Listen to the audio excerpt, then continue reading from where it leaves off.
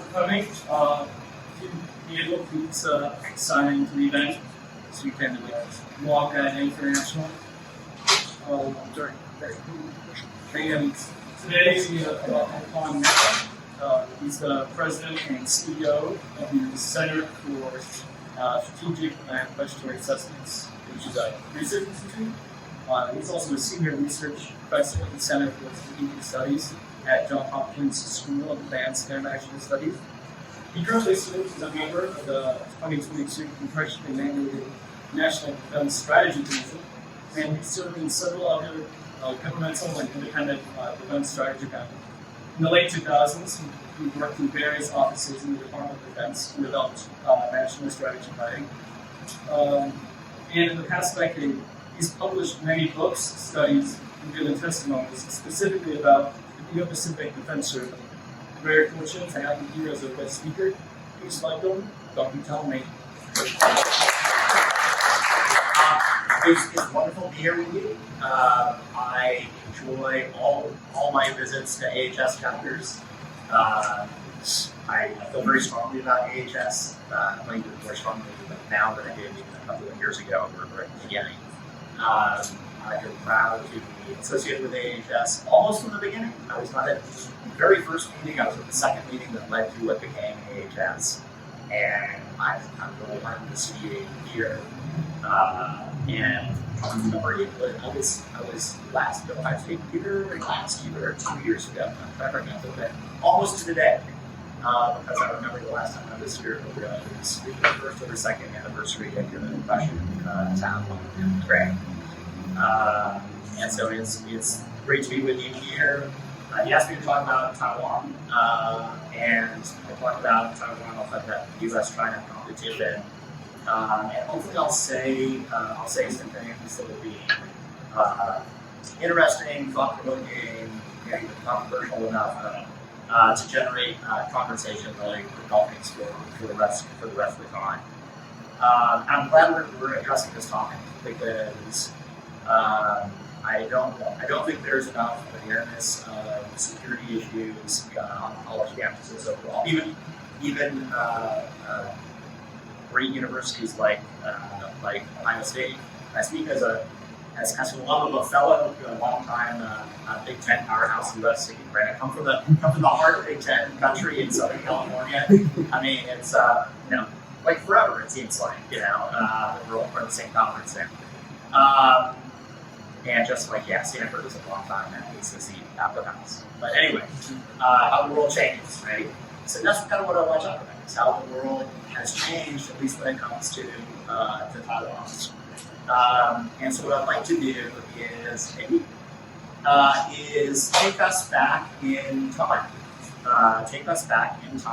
Scary to think, but 30 years. We'll go back in time to 1995. And then talk about what the world looked like in 1995, and particularly what the world looked like from the perspective of Beijing. Because there's any number of ways that you can start a clock when it comes to the China-Taiwan conflict, the U.S.-China conflict. It's beautiful. But I think 1995 is a good starting place. So what did the world look like, and what did the Western Pacific look like from the perspective of Beijing in 1995, 1996? First, Taiwan had elected a president, not from the Kuomintang party, which had historically governed Taiwan, but from the DPP. We can talk about what that meant, but from a different party, a party that in a lot of ways is more liberal than the Kuomintang, but it's also more nationalistic than the Kuomintang. And so Taiwan for the first time had a democratically elected president that was openly talking about greater distance between Taiwan and China. That led to a cross-straits crisis in 1995 and 1996, during which the Chinese government was increasingly belligerent towards Taiwan. And as part of that crisis, a decision was made. The U.S. government decided to use a show of force to transit the Taiwan Strait, something that had been done a number of times before. And in this case, it was a multi-carrier task force. And so the U.S. took a very prominent role in interposing itself between China and Taiwan in 1995 and 1996. So story one of 1995 is a story of growing Taiwanese nationalism and separatism or distinctiveness. Story two is a story about U.S. military power and the exercise of U.S. military power to perpetuate the status quo. And story three is the Chinese reaction to the exercise of U.S. military power, which was really a story of China's incapacity, China's military incapacity to respond to the U.S.